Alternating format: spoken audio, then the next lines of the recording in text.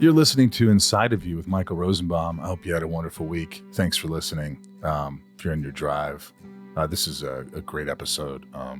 Really enjoyed this guy, Lamorne Morris. You know him from New Girl, new show, Woke. Talks about Second City. Ryan, It was a really fun episode. This guy is incredibly funny. He's really, really quick. He's really quick. It was intimidating how quick he was. I liked it. I loved him. That's coming up in just a second. Hey, if you're listening to the podcast or if you're here for Lamorne, I hope you stick around. I hope you subscribe to the podcast. You can watch on YouTube. You can listen anywhere you listen to podcasts. The handles, Ryan? At Inside of You Pod on Twitter, at Inside of You Podcast on Instagram and Facebook. Yeah. Did you have a good week, man? I've been anxious. I feel like I'm overwhelmed about everything. I'm learning. We talked about this before the show, and I'm just, it's one of those things where I just have to be more positive going into things. Yeah. You're allowed to have feelings, but, try to keep the positive vibes going. The world has not fixed itself, and you just kind of we have to find a way to live in it now. Yeah. So, hey, if you're having anxiety or anything like that this week, I hope you breathe and do something productive and exercise. I'm trying to do that, so that's helping, but trying to keep the anxiety in check. That's always a tough thing to do, but you could do it. Hey, if you want to buy any merch Inside of You online store, tons of stuff on there.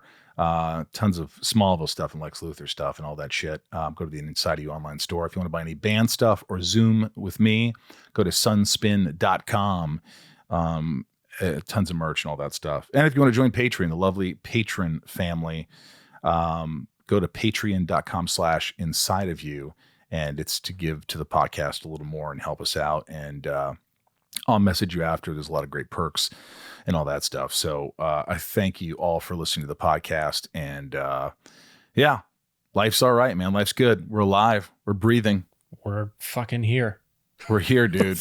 Let's do it. Let's get inside of the wonderful Lamorne Morris. It's my point of view. You're listening to Inside of You with Michael Rosenbaum.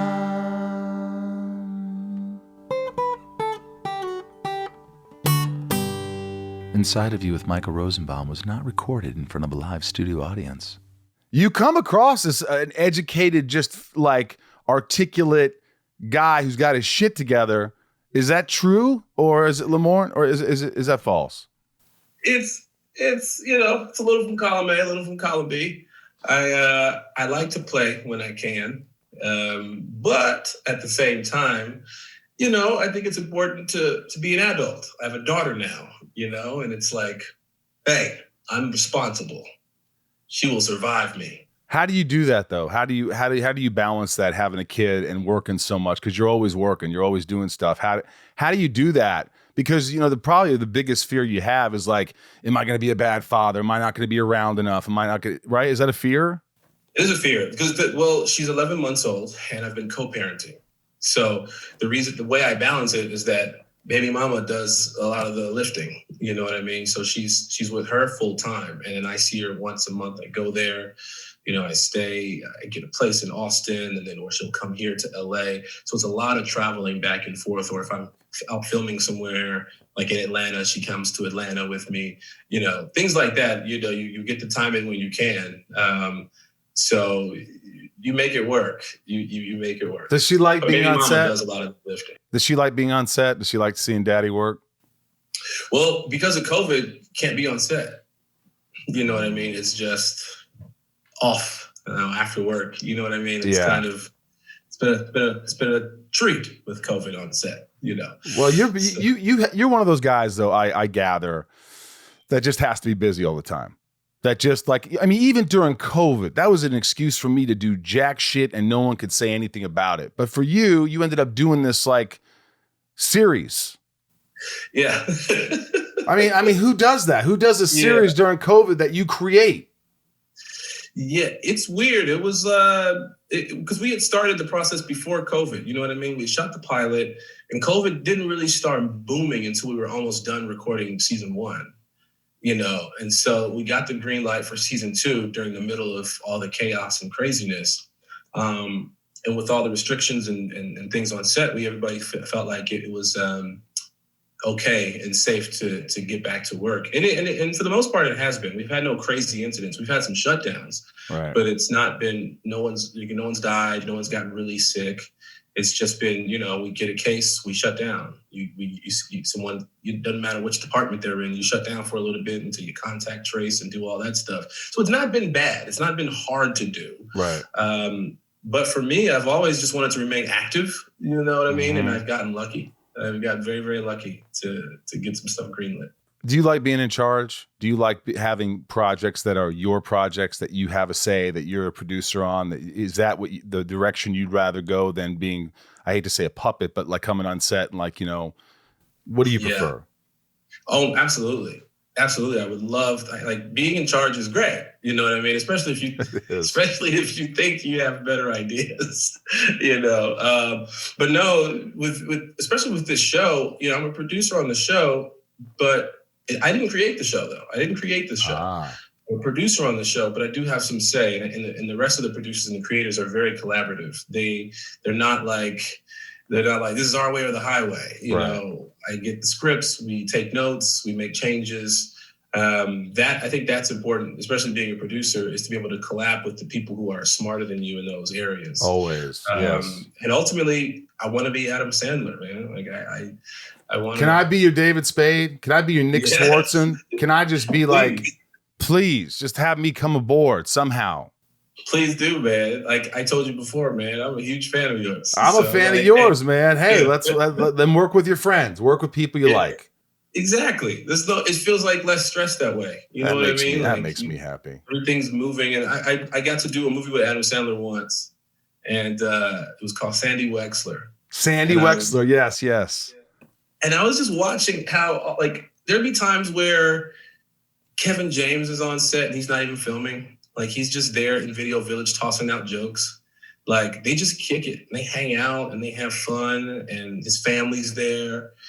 I'm like, this is the life, man. Like, now I do that. Yeah, I hear like Sandler, and I love Sandler. I love Adam. So he came up to me once. I did this movie that didn't do very well. I've done a few of those, but a movie called Sorority Boys. And he goes, "You were really funny in that, man. You're fucking hilarious in that movie." I go, "Yeah, it tanked." He goes, "Yeah, but don't worry about it. You're funny. Who cares?" Yeah. He's really sweet. I heard that, sometimes on set, somebody told me like, he'll be like, when he's giving direction to his friend, he's like, "Come on, you can deliver it like that. Turn your head and then say the fucking line." Yes. Does he do that? He does, and it's the best because it's not like coming from some dickhead director that you don't know. Right. You know what I mean? Like some asshole who's like really pretentious and feels like their job is the best in the world and they're all powerful and they want to talk down to you as the actor. He's fucking around with his friends. You know what I mean? Yeah. And I've seen him do it. I've seen him like his nephew, I want to say. His nephew, and even his agent was in the movie, I want to say, or his manager, I think. And he's yelling at them from Video Village. And he's like, "Just say the fucking line like this. You're supposed to be, come on, you act like you never acted before. Come on, do it like this." And then it's just like, they're like, "Shut up, dude. Just shut up and just do the fucking line." Did he do it with you? Did he kind of throw shit at you? He would not in that kind of way, but we would play. Like there was a scene I remember when we were at the dinner table and we had to do this bit where he's like choking. He's like talking and he's spitting out food and he spits like chicken at me and I'm like kind of like disgusted with him. But I'm playing the scene so real and so straight. Right. And he didn't know I was gonna play it that way. And so he goes, "Fucking come on, this dude is making me act. Fuck." And then he's like, all right. He regroups, he comes back. And then maybe like 20 minutes later, we reshoot part of that scene, his coverage. And then he reminds you why he's Adam Sandler. Like he comes back, he's improvising, he's heightening the scene, he's playing high status, low status. He's like an acting clinic after he saw what I was going to do on my coverage. So that's the most I've seen of him like make adjustments and like get weird with me on set. Like, he was very like. So he sort of does this thing where he sees what you're going to do, and then on his close up, he'll go. For instance, he's like, he says, "Lamorne, how's this chicken?" And then he'll do one where he's like, Lamorne has this chicken. You like this chicken? And then he'll do so, or whatever it is, or he's yelling at you something that he's spitting on your face. He'll do different vocal. He'll be high, he'll be low, he'll do everything. So they have all these choices. Absolutely. Because, I would imagine a lot of times, especially in comedy, the tone is it's a delicate line you have to walk when you're trying to figure out the tone for an entire 2-hour film. And in that scene in particular, it could have went so slapsticky based off of what I could have done with the performance. But I it's a Sandler movie. So I wanted to just play it real so his comedy could get heightened and be more polarizing. And so I played it straight and and it was hard to do as well, just because, again, I'm sitting across from Adam Sandler. So there are moments where I'm breaking, but I'm like, stop starting myself going on. Like, okay. And I'm playing it straight. So you were breaking up. He broke you a few times. Oh, a million times. Like, a million times. Did he like it? Do you think he liked breaking you? I know for a fact he did. Because there are times where he's just doing it specifically to break you. Like, he's seeing like moments of like, if I do a bit here, it'll fuck with him a little bit. Right. And that was fun, man. It was fun. It truly was like a clinic working on that film. That's amazing. Inside of You is brought to you by Truebill. Ryan, this stuff is pretty genius. Yeah, it is. I was just reading the blurb on it. I mean, I have already saved so much money on this. Let me tell you about this. Is your ex still using your Netflix? That's what one woman found out after she downloaded Truebill, which finds and cancels subscriptions with just a tap. Truebill is the new app that helps you identify and stop paying for subscriptions you don't need or want or simply forgot about. On average, people save up to $720 a year with Truebill. Because companies make subscriptions hard to cancel, Truebill makes it incredibly simple. Just link your accounts and Truebill will cancel your unwanted subscriptions in one tap. And your Truebill concierge is there when you need them to cancel unwanted subscriptions so you don't have to. Folks, Truebill has over 2 million users and helped save more than $100 million for them. Like Becca L., who says, hands down, the best financial app I discovered. In my first week, I opened up $187 in unused recurring subscriptions. I'm obsessed. I never want to manage finances without Truebill again. So don't fall for subscription scams. Start canceling today at Truebill.com/inside. Go right now. Truebill.com/inside. It could save you thousands a year. Truebill.com/inside. Inside of You is brought to you by NHTSA. It can be a little frustrating, especially if you're in a hurry or you're running late, to find yourself at a railway crossing waiting for a train. And if the signals are going and the train's not even there yet, you may feel a bit tempted to try and sneak across the tracks. Well, don't. Ever. To the naked eye, trains often appear to be farther away and moving slower than they are, and they can't stop quickly, folks. Even if the engineer hits the emergency brakes right away, it could take a train over a mile to stop, over a mile. By that time, it's too late, and the result is a potentially deadly crash. The point is, you can't know how quickly the train will arrive. The train can't stop quickly. Even if it sees you, it ends in disaster. If the signals are on, the train is on its way, and you just need to remember one thing. Stop. Trains can't.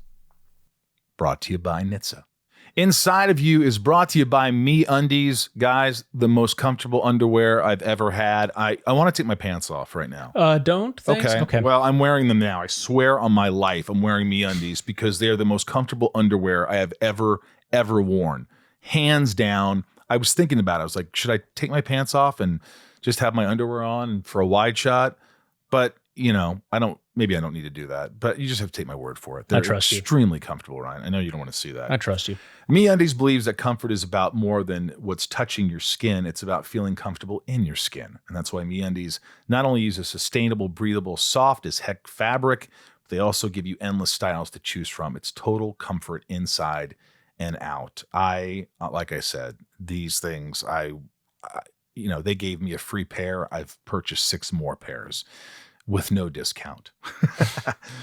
MeUndies offers classic colors to ridiculous prints. It's also you can fully express yourself in your own unique way, and it comes in a range of sizes. MeUndies from extra small to 4XL. Never leave your couch again with a MeUndies membership, a monthly subscription that sends new pairs right to your door. Yeah, and each month you'll choose new undies, socks, or a bralette, and pick the style and color or print that feels the most you. Fun, right?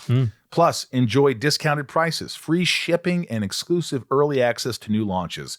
Love your butt and get the membership. MeUndies has a great offer for our listeners. For any first-time purchasers, you get 15% off and free shipping. MeUndies also has their problem-free philosophy. If you're not satisfied with any product for any reason, they'll refund or exchange it. No caveats and no questions. So to get your 15% off your first order and free shipping, just go to MeUndies, MEUNDIES, MeUndies.com/inside. That's MeUndies.com/inside. I was looking on your Instagram and I was like, he wasn't in Space Jam, was he? Why did he get this big box of shit? What was that about? I mean, I saw this big box of Space Jam shit. No, not in Space Jam. But like because of the pandemic, people don't have premieres anymore, really. So what they do is they like send out stuff to people to post to bring awareness to the film. And I get them all the time. And I don't, unless I have like a tie to the film somehow, I won't post it really. Or unless I'm like obsessed with the movie and I like, I'm not being paid, you know what I mean? Right. I'm just like, I'm a really big fan of Space Jam and huge LeBron fan. And the director, Malcolm Lee, is a buddy of mine. I've worked with him before. So I thought, yeah, let's do it, man. And I wanted to be in Space Jam. You motherfuckers. You did. Was that a big favorite of yours growing up with Jordan? Oh my God. Michael Jordan is everything. He really is. Do you think he's the best of all time? Top 2 all time. Well, who's number 1? LeBron James, man. You think LeBron James is number 1 over Michael Jordan? Yes. Were you on crack? Of course. It was a different era. Jordan just created everything. All these championships and the tongue out and the just jumping 100 feet. And like... I know. But you evolve. What do you think it is about LeBron that's better than Jordan? And how much better? If Jordan's what number is LeBron? It's not that he's much better because that's just impossible. Michael Jordan was damn near perfection. Right. But again, I was watching these clips of Jordan. I mean, he's number 2 all time. Before LeBron, he was number 1 to me. All right. But I was watching the competition that he was going up against. Some of it was tough and difficult, but for the most part, he was scoring over like 5'10" guys. The guards were so small back then. Michael Jordan was like, there was no way these guys. He had Bill Cartwright on his team. I know, but he also had Scottie Pippen and Dennis Rodman. That's true. And Steve Kerr. Steve Kerr could shoot the lights out. John Paxson. He had some killers around. Now you like LeBron's shoes better. That's for sure. Actually, it's although I do have a sick LeBron collection, it's reverse. I actually like Jordan's shoes better. You do. But I don't collect them. You know what I mean? I collect the bronze, but not the Jordans. How much do you spend on a pair of LeBron shoes? Probably like $250, something like that. $250. And how many pair? I probably have maybe 200 pair of LeBrons. But a lot of them were free. A lot of them were given to me. You know what I mean? When I have like a birthday, someone will give me a pair. Or Nike, Kate back in the day would send me, like a box of LeBrons. Whenever a new one would come out, I would get like some of them, But for the most part, I was buying them. Right. Yeah. All right. I mean, I don't have 200 pair of shoes. People make fun of me because I probably have 50 pairs of shoes. But you have hundreds of pairs of shoes. Do you wear, would you say you wear a lot of them? You try to go every day a new pair of shoes? You know what's so funny is that I may have I wear a total of like 4 or 5 pair, right. And it's usually what's on my floor when I'm walking out of my room. So it's the same pair usually for like a full week. And then if I know I'm going somewhere where I have to look a certain way, I'll specifically pick a different pair of shoes. But for the most part, I have these shoes. They're called Golden Goose. They're just like these low top, raggedy, beat up looking shoes that I put on. I got as a gift, and I wear them damn near every day. And people give you shit because you're not wearing all these other shoes you have. Right. Yeah, I just can't. Sometimes they don't. Like LeBrons are really bulky. Right. They look fantastic, but they don't match. Like sometimes these skinny jeans that I'm wearing.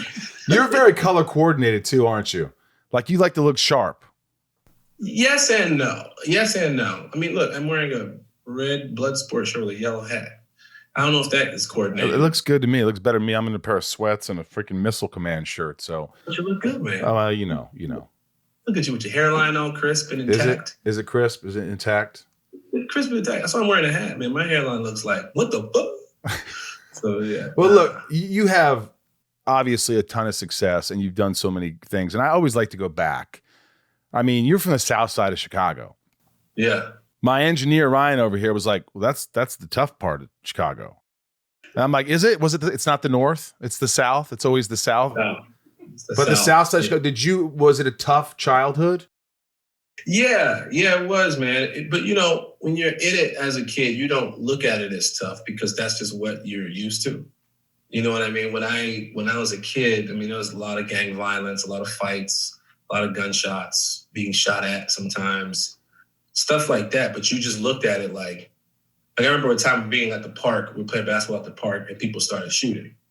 Now, we just ducked down and like ran off. And then like once we get a block away, you and your boys are like laughing, like, Dad, that was crazy.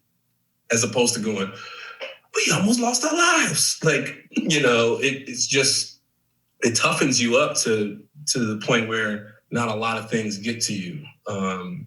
So you get used to it. It's not the best way to get used to something. No. Because unfortunately, a lot of kids don't survive that. A lot of families are broken up by gang violence and drugs and, policing in some of these neighborhoods. But it definitely forms you in the way you think when you get a little bit older. But when I was 15, I want to say, we moved to the burbs. You go from the south side of Chicago, which is like parts of it is like the hood.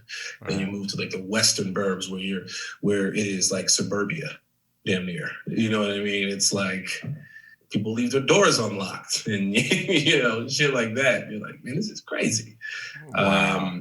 And it definitely changes the way you think. You start to see the differences in the neighborhoods, the differences in your friends, their upbringings, what life was like for them having a father around and, and you start to see where things could have been different for you, but you still appreciate where you come from because there's a level of awareness that I have that, certain kids didn't have. Right.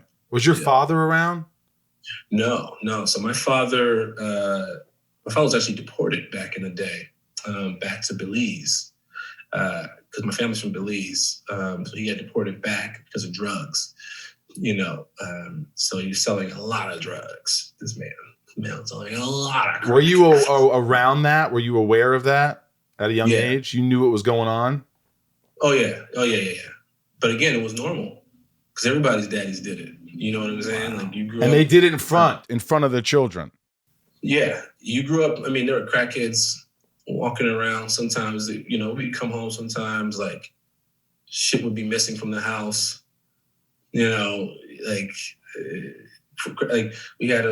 we had someone who lived across the street who used to just walk around butt naked and walk out, like, and turn a water hose on and pour water in a bucket. And she was just like, boobs out. She didn't care. She was on drugs. And that's just how she was going to live her life. And it was very normal to us. And we were like, hey, she's like, hey, y'all. And she was like, sometimes she would leave the water on and water bill would be high as fuck. It's like flooding our grass. Was it a good looking woman? Was it someone that you guys as kids would just wait around for, hoping that she would go fill the bucket? Nah. No, it wasn't that. She was, hopefully she's healthy and alive and well now. But back then, when she was on that stuff, let me tell you something. Nothing good. Kids, there's nothing good looking about drugs. Okay? There's nothing good looking about it. But look, so your dad, he was deported, and then so your mom raised you. My mom, yeah. How hard was that? Ooh, again, for us, normal. But for my mom was difficult. You know what I mean? My mom, she was working her butt off. In the postal service, right? Post office, raising 4 kids, grinding, trying to, and then on her days off, her days off, she would spend every minute with us. She would take us to places. We had a fairly normal childhood, but it was just like, you grow up faster because you spend a lot of that time learning stuff on the fly and on your own, and for a lot of that time, my grandma was around up until the time I was 12.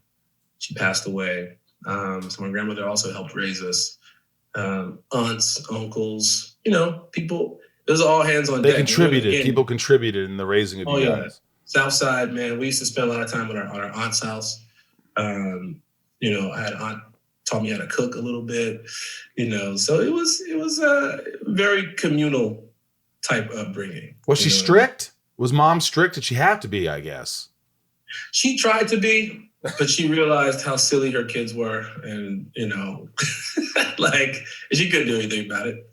Like there are also things we didn't really care about doing. Like for me, for example, she was strict on like going out, being out late, partying, things like that. But I also never did that. I didn't have a desire to. Even in high school, I'm trying to remember if I ever went to a party in high school. Instead, I went to we would go to my friend's house and play video games, and like get Mountain Dew and a bunch of Cheetos. Ooh, Mountain Dew, pizza. Yes. Mountain Dew is my jam. That is my jam. That's what we did at night. Really? So, because if you would have gone to those parties, you probably would have been in trouble. Probably. So she would pretend to be strict and be like, I told you, I want you to button this house by this time. And I'm like, sure. But she knew deep down, like, he's around the corner at Alex's house or somebody playing, Mortal Kombat or playing damn, NBA 2K or something like that. I wasn't doing anything crazy. Right. Did you have dreams? Like as a young kid, we all have dreams. We always think, but like when you're a kid and you're in it, like you say, I mean, are you thinking outside the box? You're growing up in the Southside of Chicago, then you moved to suburbia, but still, are you thinking, I want to be an actor. I want to be funny. I want to be a comedian. Were you always thinking that? Kind of, but for me back then it was more like I wanted to be a basketball player. You know what I mean? Again, Michael Jordan. He was everybody wants to be like Mike, and I did too. So it was like I thought I was that good. Turns out I was not. But those were more of my dreams, being in the sports world somehow. But then the older I got, the more I fell in love with like goofing off, and I thought, man, I love going to school because I get to just be silly and weird, and my teachers encouraged it. They encouraged you to be silly and goofy. Oh, yeah. Oh, absolutely. Oh, see, they didn't do that with me. They go, Rosenbaum out in the hallway. Rosenbaum, get in the corner. They didn't get me, and they just would kick my ass out. And so I got the best revenge and success. But they were never like excited about my behavior. You know what I mean? But they were encouraging you to be a goof in class. Like you were, were you disruptive in class? Oh, absolutely. I love your teachers. Who are these teachers? I'm gonna tell you something. Glenbard South High School, they did a great job with their hiring of staff because they were obviously very disciplined in their curriculum, but at the same time, they knew it was less about what can we throw on these kids to do it, but it was more about, okay, what do these kids have, and how can we use their strengths to get them to learn better and to get those kids to do what they're supposed to do better. And I had, math teachers, English teachers, even my music teachers and things like that. They knew that these kids were wild and rambunctious and weird. And so they would encourage the behavior. I had one teacher who would kick me out. He would give me time to like tell jokes in class. And then he would go, but I'll give you the time to tell these jokes, but afterwards you got to go to the principal's office. Or you could just shut up and let me teach. And I would do both. Certain days I just wouldn't be feeling it, I'll let you do your thing today. Wow. But did you think a lot of students? Yeah. Did you learn? Do you feel like because they allowed this freedom that you had more of a respect for them, that you learned more and that you got a little bit of an education because of that?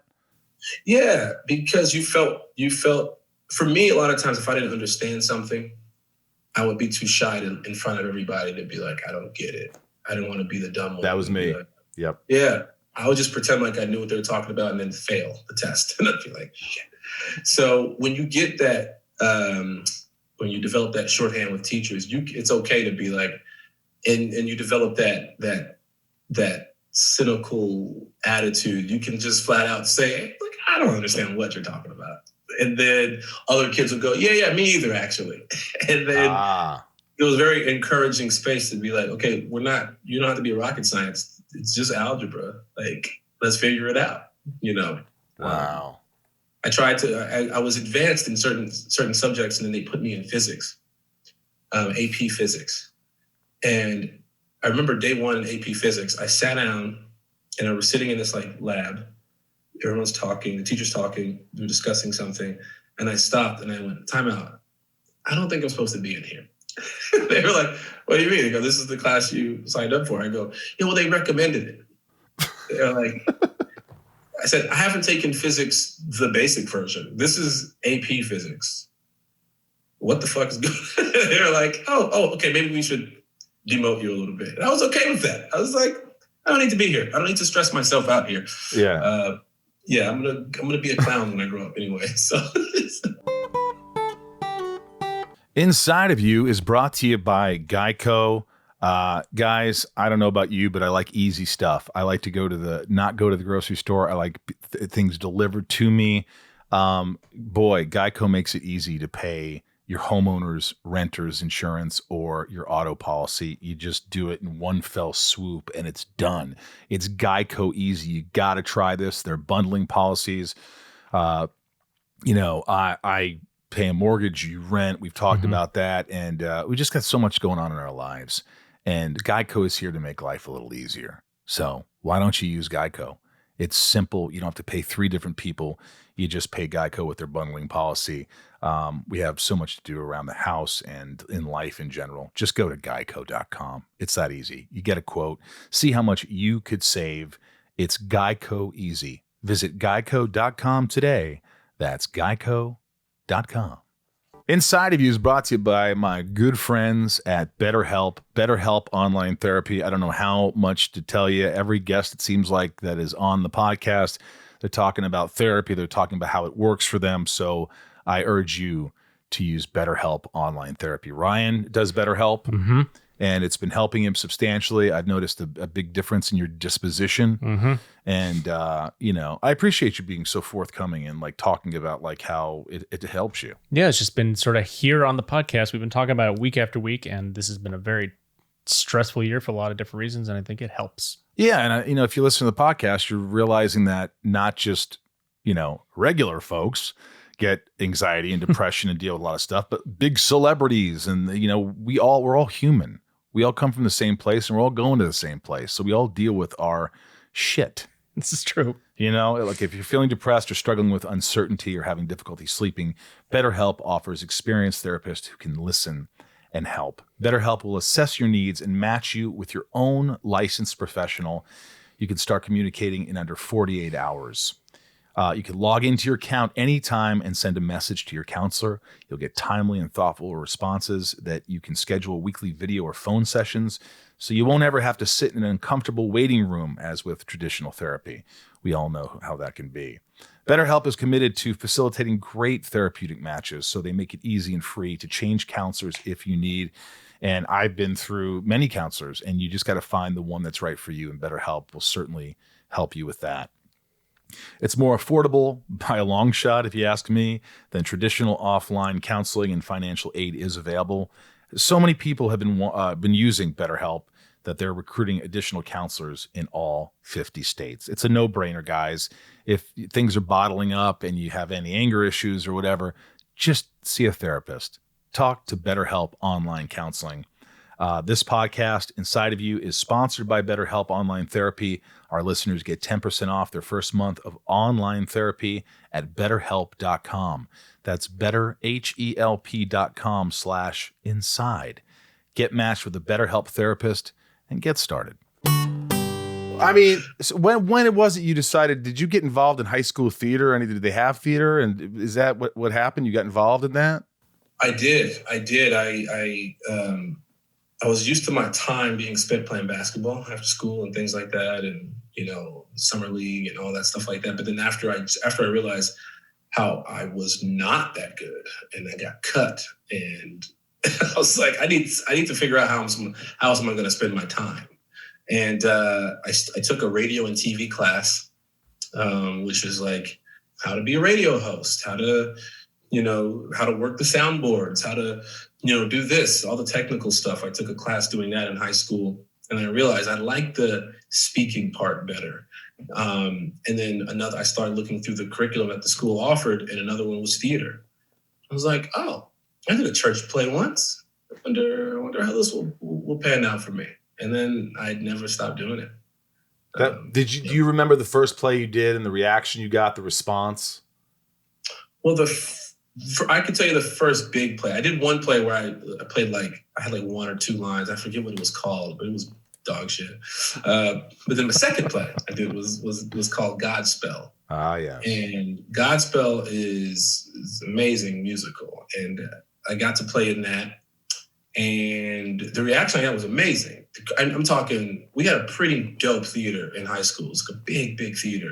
So I was also in concert choir and men's choir. So you could sing. You're a singer. Well, let's just say that when I sing, panties melt all over the world. Of course. All over the world. Of course they do. I get the messages, I get the tweets, you know what I mean? So I know they're melting. I'm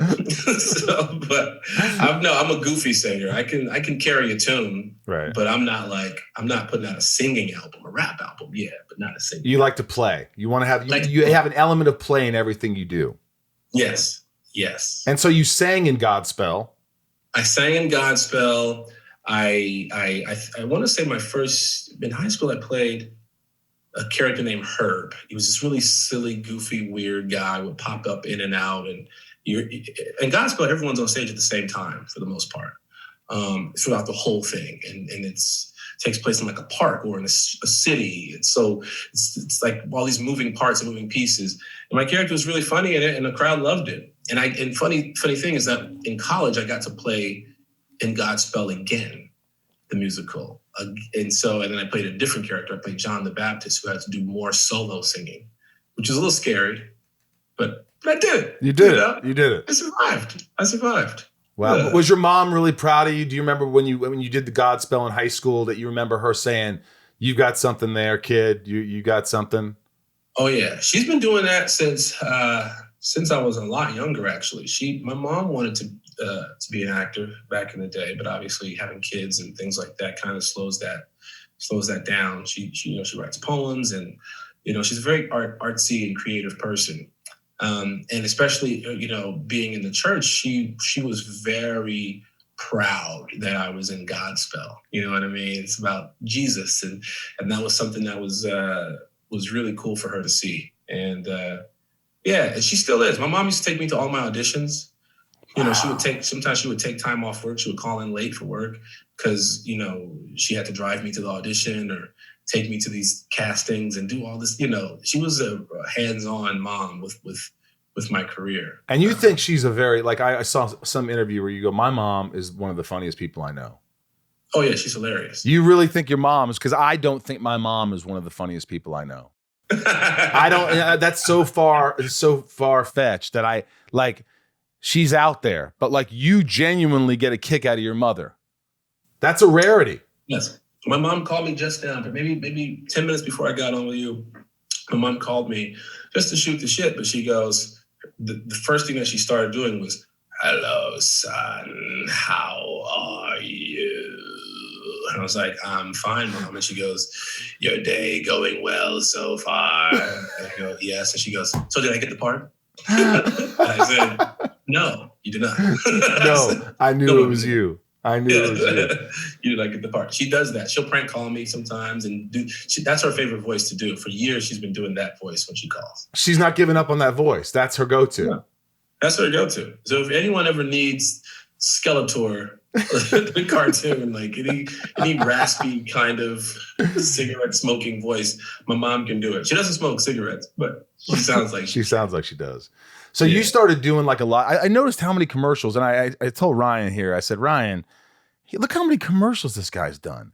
I mean, he's done commercials. I never got asked to do one commercial. I thought I started to get a complex. I was like, why doesn't anybody want me in a commercial? I would do voiceover stuff eventually, but never on camera. Movie and TV star, man. That was why. I don't know, man. But there was a long stretch before that where I auditioned for commercials and I never got them.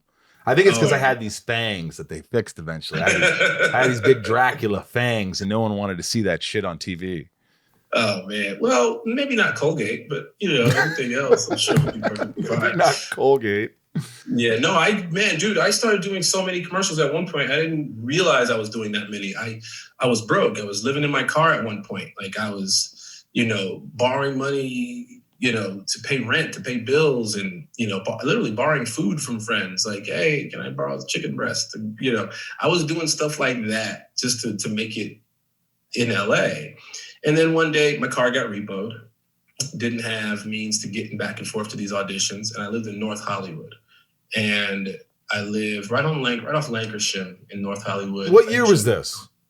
This was in 08, 09. This is not that long ago. No.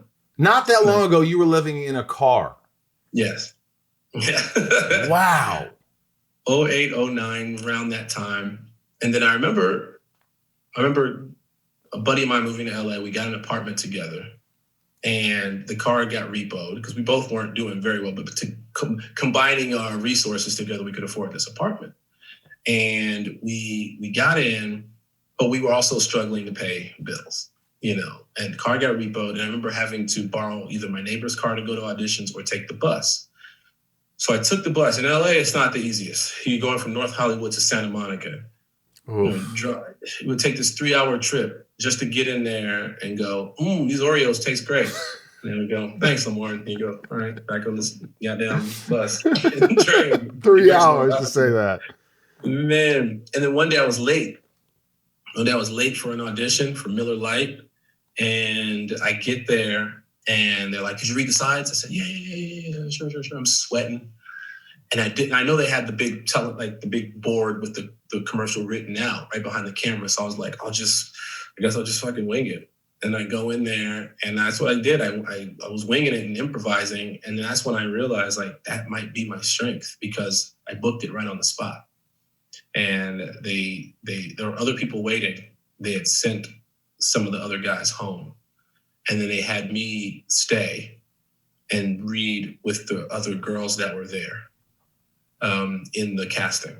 And so I was confused when they had sent everybody home and they asked me to stay. I was like, oh, okay.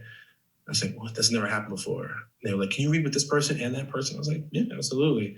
And while doing that, I started coming to the realization that I think I booked this.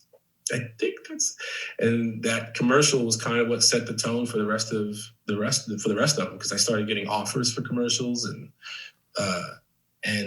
not a known person at this point in my career. Something you're late to. You're late to this thing. You're sweating, and you just start to improvise kind of for the first time of improvising in commercials. And this is what takes your career off. Something that you never would expect. You would have been on time. You would have been sweating. You would have given them what they wanted. You thought what they wanted. Absolutely. It's like going rock bottom, man. You start to rely on your instincts, and our instincts is what makes us who we are. If you and I go in for the same audition and you and I studied at the same acting school and you and I have the exact same mannerisms, they're going to just go, do we want to go with a black guy or a white guy? There's no difference between these two performers. But if you have, a lisp, or if you have a thing that you do, they're going to go, but Michael has that thing that he does. That's different. That's something we haven't seen. Let's go with him. And for me, it was improv. It was a lot of cats know how to do it, but when you're acting, we fail to we forget that that's a part of who we are, and we stick to the script so much. And when they're casting for something, they see 50 of those guys all doing the same thing. Yeah, that's so true. You got to differentiate yourself. You got to differentiate yourself. But you got to go back to you doing Second City, and that had to attribute to that. That had to help that situation, correct? Oh, absolutely. Second City was like the biggest part of my career. And it's literally a facility to go play in. And you start to turn that into a skill set. And you're working with people who want to do the same thing you do. And you guys are all creating together. You're on stage, you're telling jokes, you're writing jokes, you're creating characters. And so when you get older, you don't realize that that's now ingrained in you. It's not like, let me sit down and open my Second City book and remember what's been taught to me. And no, it becomes your personality where you like being silly. And it definitely helps out. Definitely helps out. Who's your favorite improviser of all time? Who's your favorite Second City member? Second City or Groundlings, whoever it is, somebody that you just go, man, that's the person that makes me laugh the most. Mine's always been Farley. And I know that you won the Chris Farley Award. I did, yes. I did win the Chris Farley Scholarship for college. And I would, there's a few, because I've worked with some great Second City people as well. And there's some that you just admire from afar, Steve Carell and, like TJ Miller. But for me, it's probably, there's two guys. This guy named Edgar Blackman that I worked with. It was always him and I on stage together. He, like himself, along with a guy named Tim Baltz and Sam Richardson. So Sam Richardson is like another level goofy. I got to work. I worked with him once at Second City. I came back as an alumni and did a show with him, did like a set with him. They had a show called Southside of Heaven. It was, I think, Tim Robinson, Tim Baltz, Edgar Blackman, Sam Richardson. I forget who else was in the cast, but it was one of the greatest shows I've ever seen, like of all time, like over any production. And I've seen Hamilton. Okay, right. I think Southside of Heaven was better than Hamilton. Wow. And Sam Richardson was a big part of that. And I got to work with him on New Girl. I mean, he's a buddy of mine now, but he probably tops that list for me, for people that I've seen. Yeah. How long did you struggle when you started to get these commercials? It just catapulted, right? It was like a domino effect. So you started getting these, but did you start to think, I want to act. I'm doing commercials, but now I want to go to the next step. I mean, next stage. And did you have that agent who can get you to those auditions, or were you just dealing mostly with commercial agents? Yeah, I didn't have a theatrical agent. I just had commercial agents. And, it was going good until it wasn't. Meaning I was going into the agency the agency to pick up like checks, because I was getting a lot of them, because I was doing a lot of commercials. And I was like, man, this is crazy. How I'm on? I remember going into my agent's office one time, and they had theatrical agents there. It was called their First Talent Group, and I pretty much was like the head of their commercial division, But I couldn't get a meeting with their theatrical agent to save my life. Jesus. I go in there one time. This guy goes, "Hey man, dude, you're all over my fucking TV, man. You were just playing on our TV here, man." And I was like, "Okay. Well, fucking sign me then. What's wrong with you? I'm clearly doing something right." He's like, "Yeah, man, we're going to take a look, man. We're going to take a look, man. You know how it is, man." I'm like, I don't. I don't know how it is. Tell me how it is. Yeah. And so couldn't get a meeting with those guys. And then I noticed that my check started slowing up. And I was like, man, I'm still working. My commercials are airing like a lot. Like you can turn on TV, I'm like 3 spots in one commercial break. And I was like, what's going on? They're like, oh, something's wrong with the mailing system, and it's this and it's that, and blah, blah, blah. Then mysteriously they found a bunch of checks of mine just kind of sitting in a drawer somewhere. They're like, oh, here you go. How much money were in all those checks? It was like $50,000 worth of checks. I'm talking, it was like a box. My God. Like a stack. I was like, what? I was like, you just found them? Like, what would have happened if I would have said anything? Then they go under, they go out of business, and I find that they have taken me for over $100,000. Wow! And they were robbing a lot of the actors, and that's when I started getting checks signed over to myself, but not to the agent. Yeah, it was. I still haven't resolved that. It was bad. Holy shit. It was bad. So I left that agency. Well, I would hope you'd leave that agency. What now? So then you got an agent, because then you started getting auditions for things. Yes, I started getting. So a buddy of mine was signed to an agency, Global Artist Agency, and to this day they were like, I'm not with them anymore, but at the time they definitely believed in me. At least one agent there wanted to start a commercial division there. So she said, okay, look, I'll take you on if you sign with us commercially. And I said, okay, great. And out the gate, I started booking commercials for them. And they were like, it worked out. And I was like, well, let's talk about these theatrical auditions though. And then within 2 months of being with this agency, I was on New Girl. And that's such a story that you've probably told a million times. But the first thing I thought of was like, I wonder if he ever thanked Damon Wayans Jr. for not coming back to the show. I wonder if he actually said thank you, because man, my shit took off. All the time. All the time. You know him.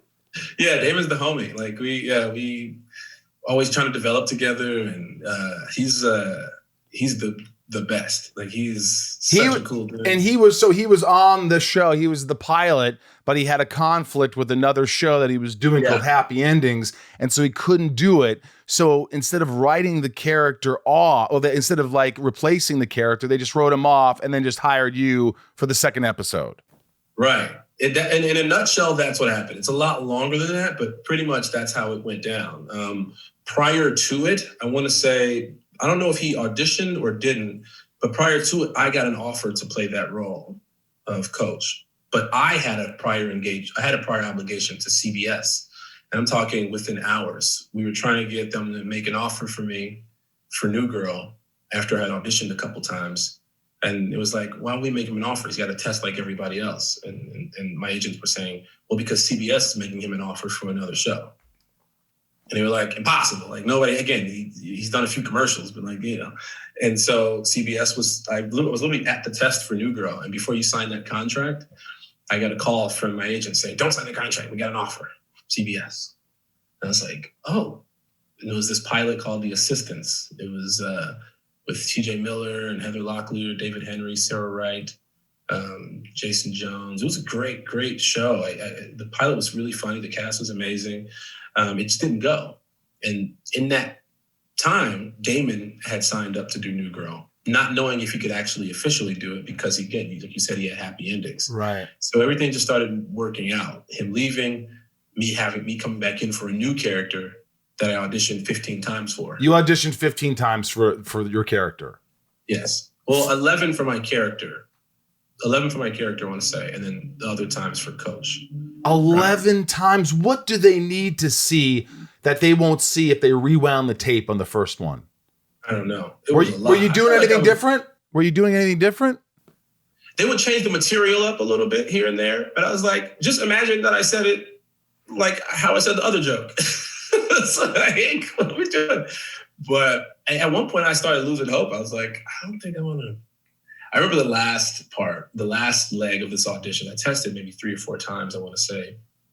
And I remember the last audition I had, I thought I booked it. Like Jake Johnson emailed me and was like, dude, I think you got it. I was like, oh my God, that's awesome. Then he gives me a call right back. Oh, so there's this kid. There is Justin Hires. And Justin Hires, he's on MacGyver right now, is a fucking stud. So when they told me Justin was reading, I was like, God damn it. Oh. I did all this for nothing. I was like, and here comes Justin's punk ass gonna take my job. And luckily I booked it. But yeah, I mean, Justin's doing. How did that feel? How did that feel when they said you're in? I cried immediately. Like I didn't know how else to react and funny enough, my mom was in town too, visiting. So you're both crying? Yeah, my mom was in town. I got in the car and called her. It was just like, I did it. She's like, did what? I was like, I did it. And she was just like, she's on the phone crying. I'm on the phone crying. I think back to that time often, and it always brings a smile on my face just because I know how hard I worked leading up to that. I've since gotten lazy, but prior to that, oh my God, what a worker I was. That's what happens. We get older and we do less. I don't think that's true with you. You work just as hard.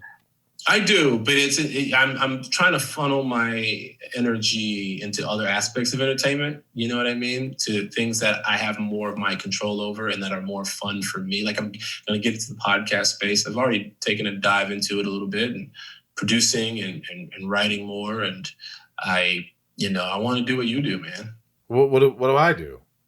You can talk to cool ass people, dude, and shoot the shit. You know what? Everybody, there's so many people doing it now that's become a little bit like, holy shit, it's a little like overwhelming. It's like, are people going to listen to this show? Well, you hope so, that you have good guests on. You probably know a lot more famous people than I do. No, absolutely not. You know Common. You just did an album with Common. You're damn right. Don't you forget it. I'm not forgetting it. I haven't forgotten it since you told me. So 8 seasons of this, which is like your first TV show, and it goes 7 seasons. Most people's, I did a show, we did a pilot. Then I did another show, we did 8 episodes. Then I did another show, we did 10 episodes. You do your first show, you book, well, I guess the one before it, you did the pilot, right? Yeah. But really, relatively, you jump right into 7 seasons of a hit show. Yeah. Yeah. I tell you, you get jaded because you think this is how life is. I know. You're like, oh my God, I struggled and then I'm not gonna struggle anymore, right? Wrong. Right. You after the show goes off, you're like, okay, what next? And then there's this like lull, this period of years where you're like, you might do a couple gigs here and there, but you don't know if anything is going to satisfy you the way or take your career to another level where you can get comfortable, you know what I mean? And not stress about getting a gig. And even when you do get a gig, you think people are going to be as cool as the people were on New Girl. And sometimes it works out, sometimes it's not. It doesn't. Was the cast that great? Did you always have so much fun? It was just very collaborative and always a good time? Oh my God, yeah. I mean, we're all friends to this day. We're always trying to find projects for us to do together. We're always like, isn't that great? We jump at those opportunities to do these reunion panels and things like that. And we're just, because we genuinely enjoyed it. We had fun. We goofed off. Our characters were very different from each other, so we could live in those spaces and play. And it was amazing. I might have to beg you to get me Zoe on the podcast sometime. That's easy. Is she cool like that? Yeah. She seems so cool. Yeah, especially now in her life. Like now in her life, everything, she's comfortable. She's like, hey, I just want to have fun. I want to host a show over here. I might do a movie. I might not. I might do a podcast. She's like, yeah, let's do it. Who's having fun? I want to do that. That's great. That's kind of how she is. And tell me about Woke. Oh man, Woke is amazing. Woke is. I've always wanted to play a character that existed or lived. Like I wanted to play Martin Luther King in a movie. Like I'm trying to figure out how to play Martin Luther King in a comedy. I'm not 100% sure how that's going to work. You could do it. You could figure it out. I'm gonna figure it out. And then I got the opportunity. I got a like post New Girl again. You get some scripts here and there for certain shows, and a lot of them were kind of just like way too slapsticky and weird. And I was like, I just got through doing that with New Girl, and I was like, I want to do something that's kind of relevant culturally, at least something that people will talk about. And when I read the script, I was like, holy shit, this is it. This is the script. This is the how do I get in? How do I get involved? And met with the director, met with the guy who the show is based on. So for those who haven't seen it, Woke is about a cartoonist, a guy named Keith Knight, who's alive and well. But he was a cartoonist in San Francisco in the 90s, and he was in a punk band. He was a black dude who was in a punk band who likes hockey. You know what I mean? So, and his comics reflected that. So people, when they would meet him at Comic-Con and things like that, they would go, I didn't know you were black. And he's like, should I have written it down somewhere for you? Right. Yeah. And so the show is about, his walk politically, where it's down the middle of the road. He doesn't think racism exists. He doesn't let his neighbor's problems bother him. He just wants to keep his head down and make boring old comic strips for his fans, and that's it, right? Until one day, the show is about the situation we use in the show is that one day he gets mistaken. His identity gets mistaken for a criminal while he's putting up flyers for a show, and he gets beat up a little bit by the police. And when he comes from that moment, he starts to go crazy a little bit when he starts seeing things. And like really seeing things. And these comic strips, these cartoon characters, these inanimate objects start talking to him, and they start forming the way his art looks. I have a racist marker that's played by JB Smoove. Oh, and you directed him in an episode that you wrote in New Girl, right? Girl. Yeah. Damn. Yep. So he came on and killed it. We have Cedric the Entertainer plays a talking trash can. I saw that. Yeah, it's amazing. We got Lil Rel. We got Sam Richardson and Tony Hale. They play this toast and butter that talks to me. And that I'm like, come on, if you can do it. And they argue and they fight each other. And it's shot so well too. It looks really good. When you talk about it, it could easily come. I don't know. That sounds good. It's so well shot, guys. You need to take a look at this. And I know that you struggled because you kept shutting down because of COVID, right? The second season. Yeah, second season. We got shut down maybe 3 times, I want to say. But, I'll say this. The shutdowns weren't because things were getting out of hand. The shutdowns were more so just to be safe. You know what I mean? I think Sony did a great job of kind of making sure and we had COVID people on set that were overly cautious, which I think is good in that setting. You know what I mean? Because if one person gets sick, the last thing you need is for 100 people to get sick. Yeah. You know what I mean? And so, in an effort to stop the spread, I guess, you kind of have to, all right, that dude over there who's driving the truck got COVID. Everybody go home. Like, who you been around? Let's test everybody again. Let's make sure everybody's good to go. And let's get back to work. And so they were, I think they did what they needed to do and they handled it correctly. Where can we see Woke? Hulu, Woke guys. Hulu. Make sure y'all watch it. If you don't watch it, guys, F you. You know what I mean? You know what I mean? And I won't, and I'll stop watching you guys. I don't know what that means. By the way, didn't you just do a horror movie? I did. I'm a huge horror fan, and everybody who knows me knows I'm a diehard. What kind of horror movie was it? Was it paranormal? Was it psychological? Was it like blood and guts? What was it? It was a little of all those things. Ooh. It was psychological, paranormal. It's like, imagine Shutter Island on crack. Yeah. Really? Yeah. Phoebe Tonkin. She crushes it in this movie. And we have, the China brothers. These 2 guys are.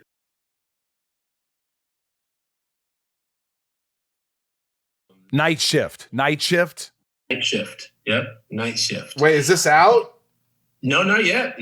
We just wrapped. That's what you just wrapped. That's why you couldn't be on the podcast earlier, because you were wrapping that. Yes. I'm excited about this one. Dude, I can't wait for people to see it. I play a weirdo. What? Oh my God. I don't, you probably won't recognize me in this movie. Physically you will, but I have... Oh, it's good, man. I play a fucking creep. Yeah. Have you done? Don't say anymore. Don't ruin it. But have you done a horror movie before this? Oh man, I was hoping you didn't bring. Well, then don't talk about it if you didn't like it. I fucking hope you didn't bring this shit up, man. And then all of a sudden, I've already pissed you off. At least I pissed you off towards the end. This bullshit, man. Asking me these questions about the freaking. Okay, fine. I'll tell you since you're pulling my dick about it. I did a movie called April Fools. It was my first movie. Okay. It was trash potatoes. You didn't like it? No, I didn't like it. I get killed in the first 5 minutes of the movie. Well, of course you didn't like it. Wait a minute. I thought those days were over where they kill the black guy in the first 5 minutes. What the fuck's that about? Not when it's all black cast. Oh, then that's okay.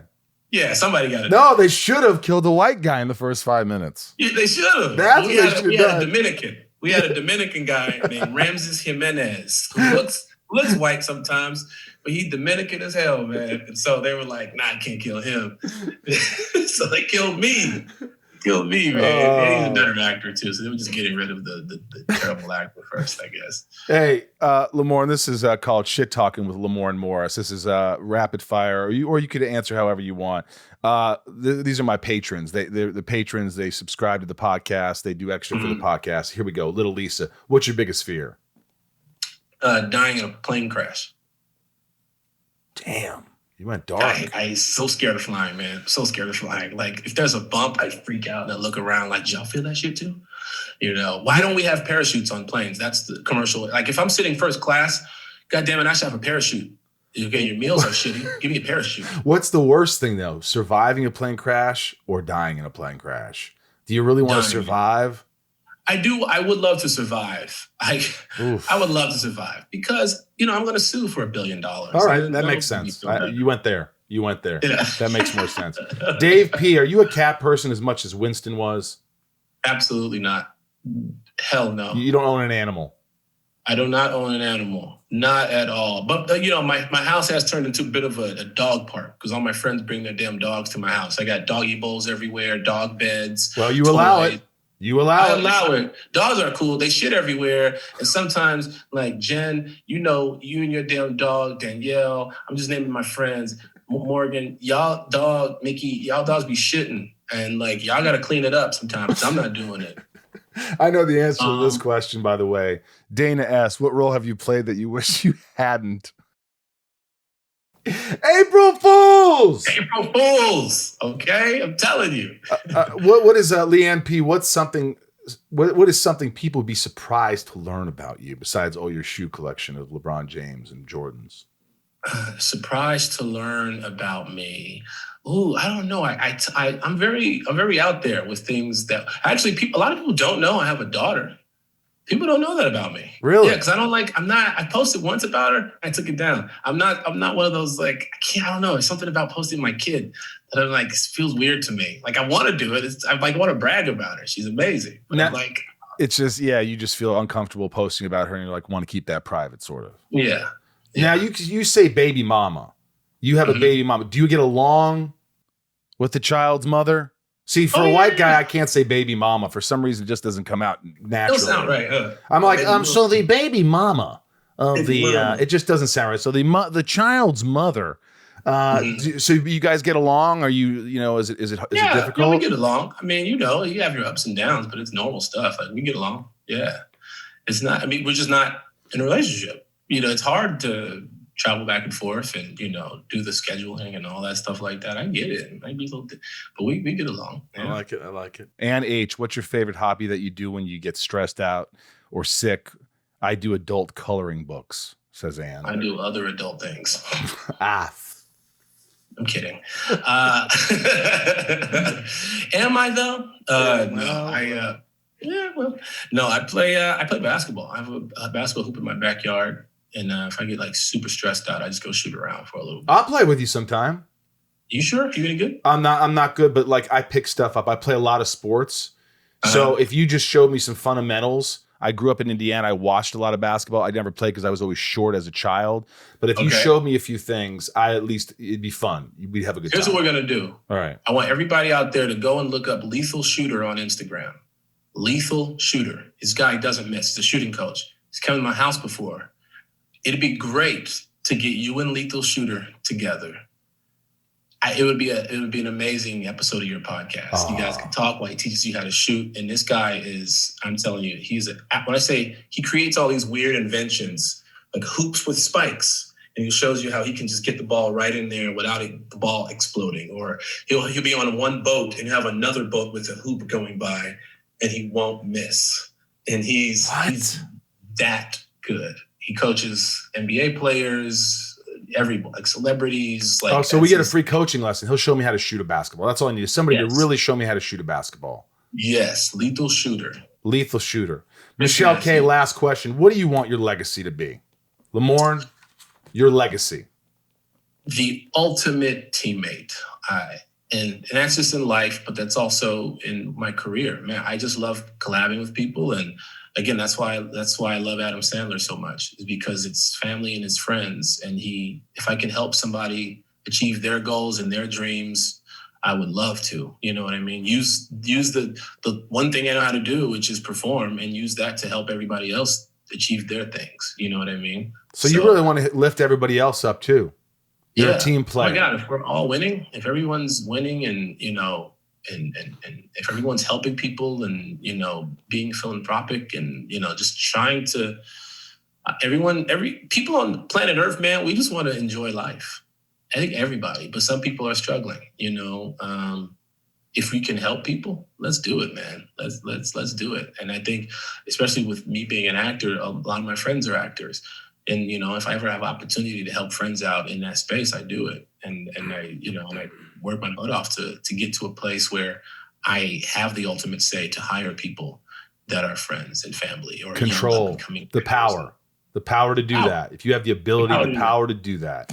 Yeah. That's sweet. And I believe you. That's the thing. I believe what you're saying. Yeah. There's a lot of people who are just in it for themselves. They just want to be billionaire, trillionaires, an empire, and they don't care about the little people.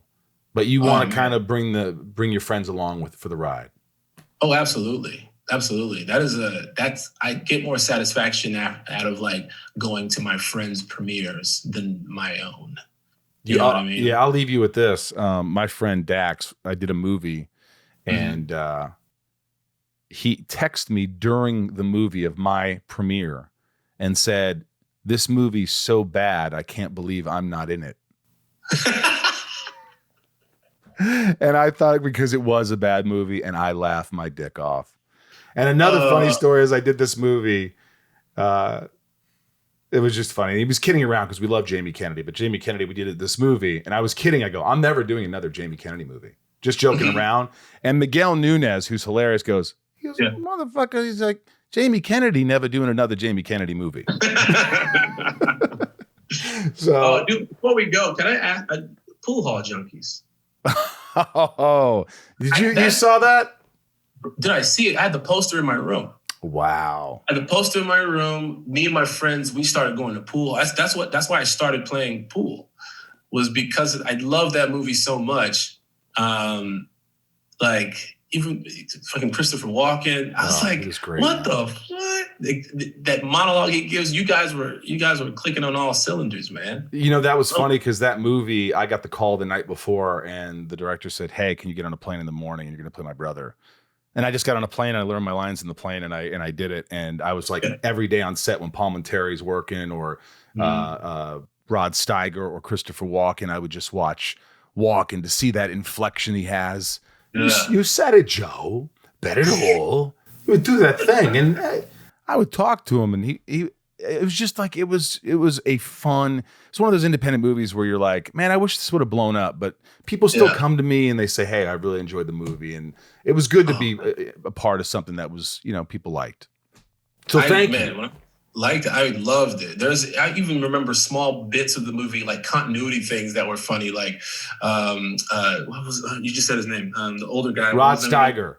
Yeah, yes. He had the hat on one scene. He's talking he's at the pool hall, and then they cut, and they come back to him, and his hat's like this. And they come back I think I remember that. I think I remember that. I lost it. Independent filming. I remember one day Walken was just pissed off because he's supposed to be filming, and he's been waiting in his trailer for hours, and he walks out, and the director's name is Mars. And he looks at Mars, he says, "Mars, today's my last day." And he walked out, and we're like, "Oh, fuck." He's like, "I better go talk to Mr. Walken." He's like, "Well, I'm done. I've been waiting in my trailer for hours. I'm done, Mars." I'm like, "Dude, you're getting paid $1 million for being here for like a week." You know what I mean? But he was cool. He was cool. Well, I appreciate that, man. I love your work, and I hope you think of me when you're doing something, because you're always thinking of new things and doing great things. And this has been a real treat for me. I'm going to keep in touch with you, whether you like it or not. No, please do, man. You got my email. I'll put my number in there, dude. Please, man. Please. I love this. I love this. I don't know you, so I was sort of like, he seems great. I don't, my friend Joe Latruglio from Brooklyn Nine-Nine. I just said, "Hey, I'm about to talk to Lamorne Morris." He goes, "Oh, dude, he's awesome. You're gonna love him." And it seems like we know a lot of the same people. But I'm so glad you were such a good sport, and you were so funny and so good to talk to. And I just appreciate it. And let's keep in touch, man.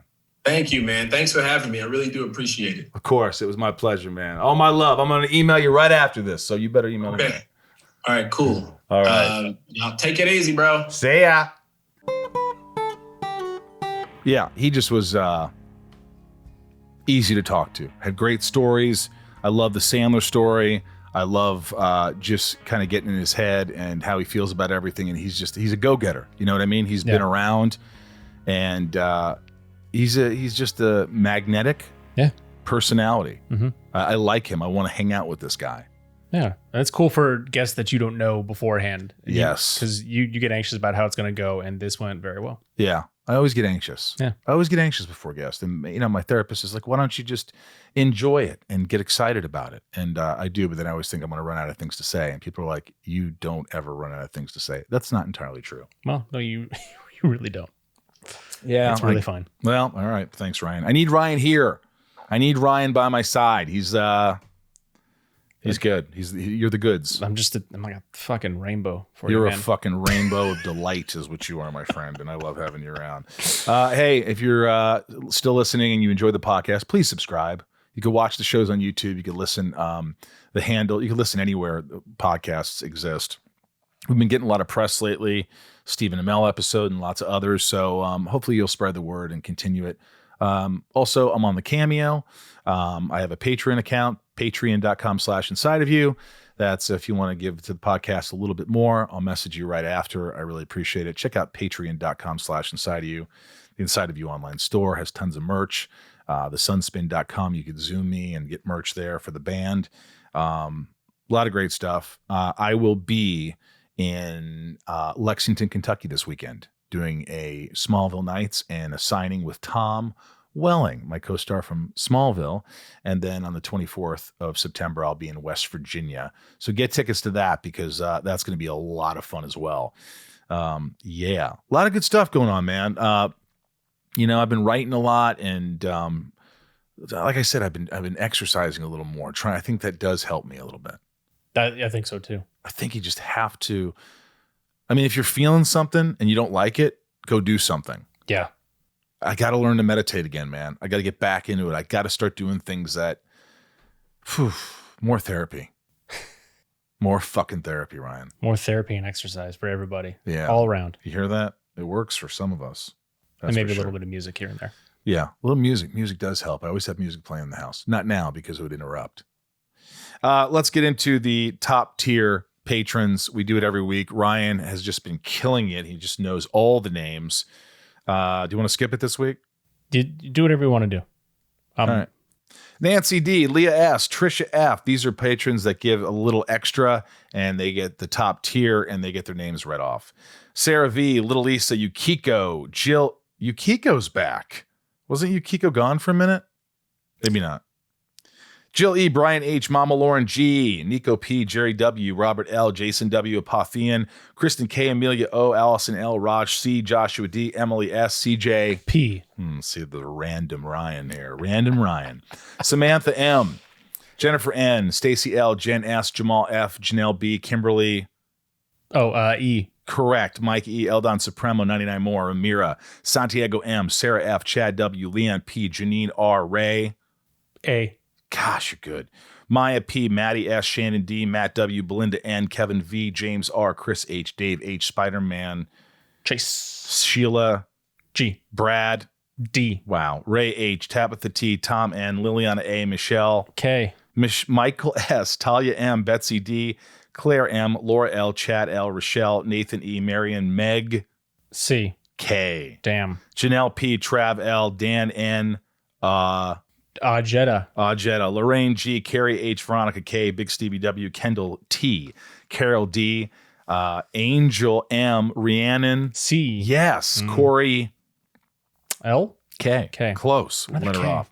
Super Sam, good. Emily C, Coleman G, Dev Nexon, Michelle A, Liz L, Jeremy C, Andy T, Cody R, Sebastian. That's a tough one.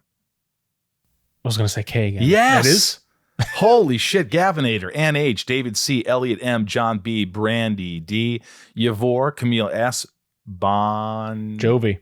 Bono. Bano. Bon Jovi. The C, Joey M, PT Scarborough, and Willie F. You were my top tier patrons. I couldn't do the show without you. You give back, and I thank you from the bottom of my heart. I hope you enjoyed the podcast today. I certainly did. I'm Michael Rosenbaum from the Hollywood Hills of California. Hollywood Hills, I'm Ryan Tails. Nice to see everybody. Waving to that camera, Ryan, as we always do. We love you. Thank you for allowing me to be inside of each and every one of you. I appreciate you listening and supporting the podcast. All right.